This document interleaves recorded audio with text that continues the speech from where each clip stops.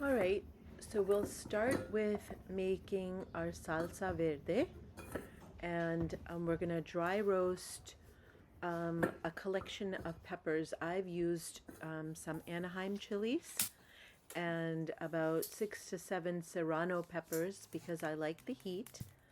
And after a little bit, I also, once the peppers have started to char, I'm going to add 3 or 4 garlic cloves so that they can char as well. Because they're so small, you do want to add them to the pan later, otherwise they'll burn.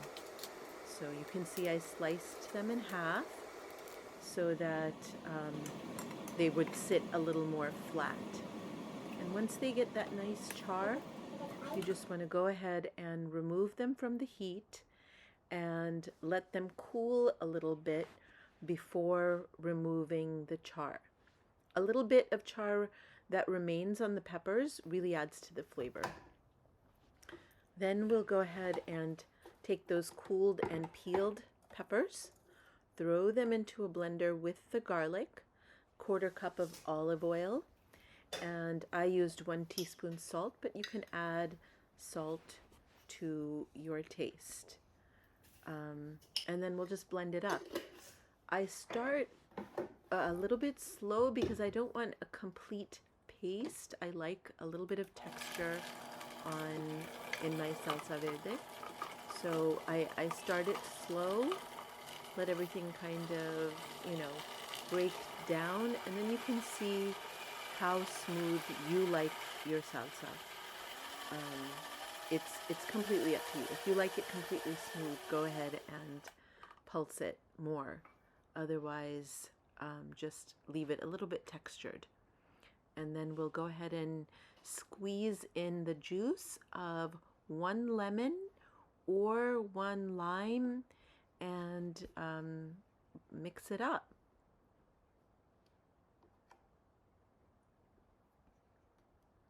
It really makes a delicious salsa. And depending on the blend of peppers that you use, you can change the flavors a little bit.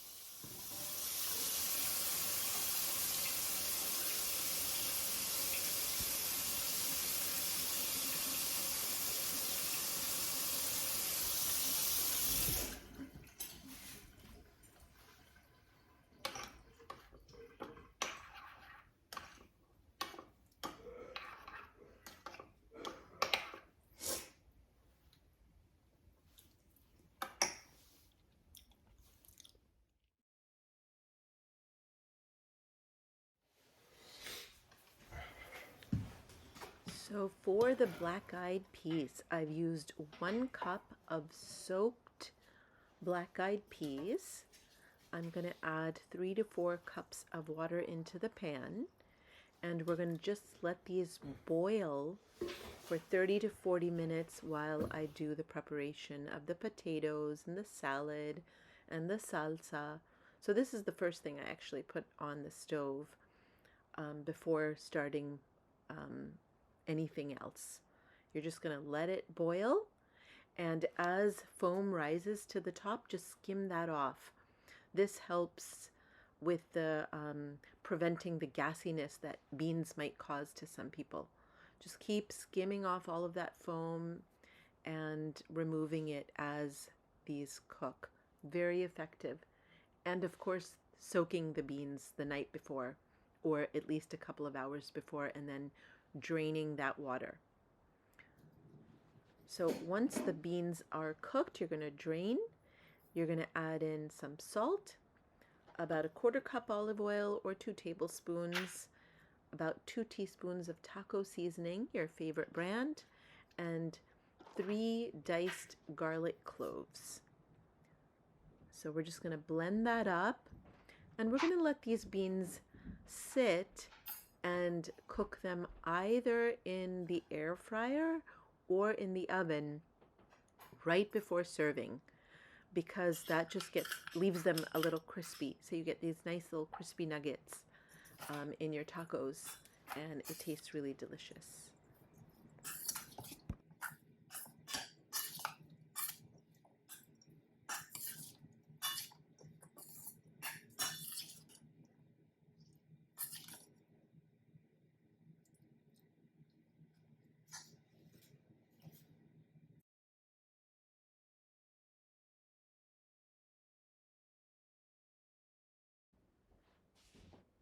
Okay, for the sweet potatoes, I've used 2 sweet potatoes.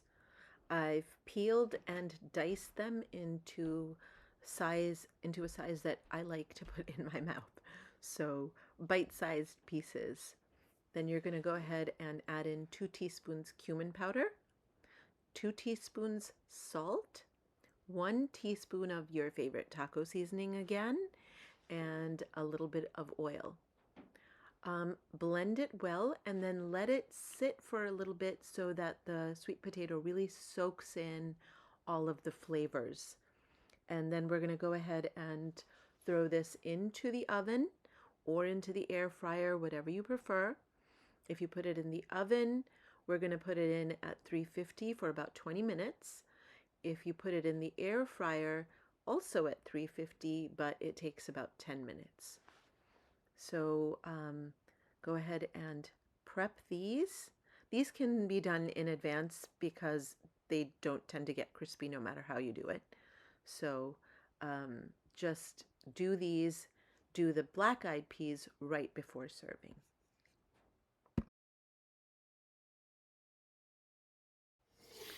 So for the carrot slaw, we're going to use 5 to 6 carrots.